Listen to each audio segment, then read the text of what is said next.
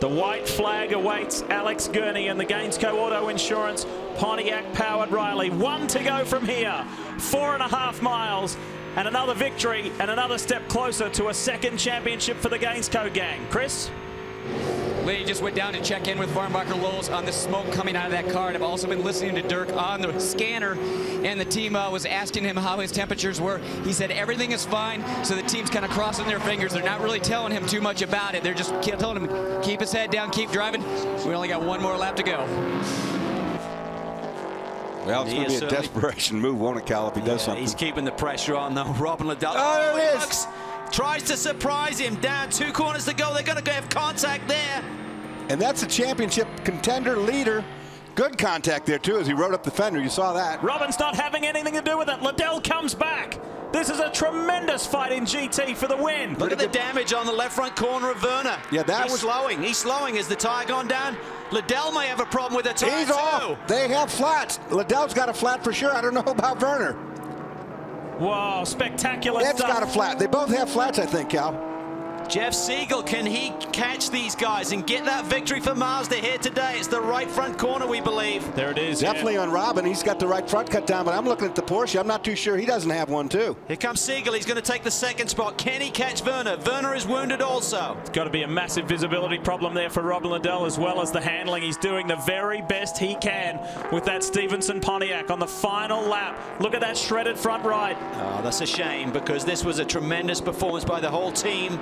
And certainly Robin Liddell really clawed his way back into this one, having almost gone down a lap by not taking that wave by. No other Daytona prototype chassis manufacturer has won here other than Riley, and that trend will continue. Oz Negri and Mark Patterson won in the early years. Look at the vibration on the wheel of Dirk Werner. Now it's gone flat. He's lost his front too now, or something's gone. Siegel goes through. We've got a new leader in GT. Where is the 07? Can Paul Edwards catch the 87 and get by and keep this there it is right here. championship alive? Werner's got a decision to make here. Does he take to pit lane, or does he try and struggle around for 1 more lap? The GT Championship is still alive. Can you believe it? This is incredible stuff here at Salt Lake City. And Bob Stallings and his team, his staff, and his drivers have done an amazing job today. There's damage now, massive damage on the 57 as the 99 comes through the final turn and heads down the straight. Wow, they get 1 step closer to a championship. Gurney Fogarty in Utah, victorious in spectacular style from pole to victory lane. Angelelli second, Pruitt third. But it's the Red Dragon that roars in Utah.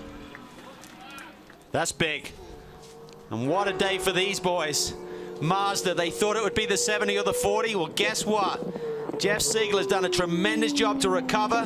Had a slight off there when it was really heavy going at the front of the GT pack. Lally will be on the podium. Edwards will be on the podium. The championship is still on, going to Homestead. This is the fight for second. Paul Edwards wants to try and get by the 66, try and get every valuable championship point. Yeah, with 1 race to go, I mean, anything. Look, long side by side, I think this will happen, no question. No, maybe not. Well, you can see what happens when you throw everything at it. Dirk Werner taking himself out of the running. And he didn't need to do that. He didn't need to do it. Did not need to go contest that corner. 7 cars on the lead lap in GT. Liddell will probably finish last unless he can recover and get back out there, but look like there's a lot of damage to his car. I think Werner will end up 6, and Edwards right now 3rd. That will close the points gap for Kelly Collins. I mean, they would have clinched the championship today. Yes, it would have been done. He didn't have to contest that corner like that. Stay behind Robin Liddell, and it would have been championship number 2 in 3 years.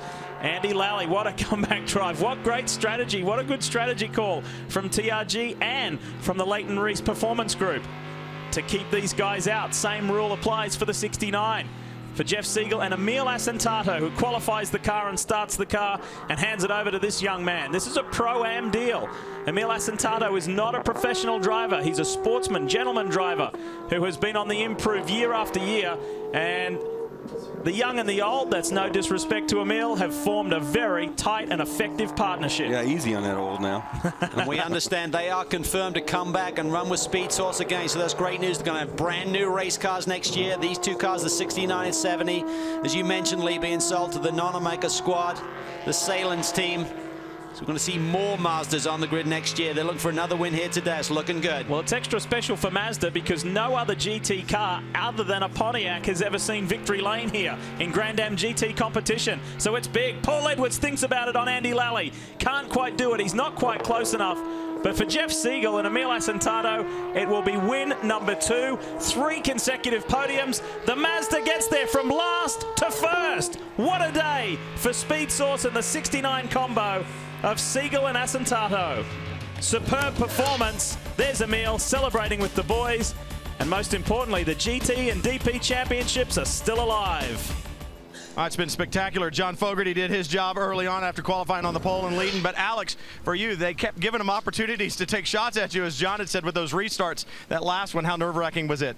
Well, it was really nerve-wracking. You know, Mark Grafhoff came on the radio and said I shouldn't start too early down there, and really that makes for a tough recipe when you get down to the other end. So really stressful for sure, all those restarts. But what can I say? Just a great car, you know, and I'm so proud of the team that, you know, we all work together so well, and you know, this is what happens when we do that. Cool, calm, and collected. Guys, I was listening to him on the scanner after the checkered flag.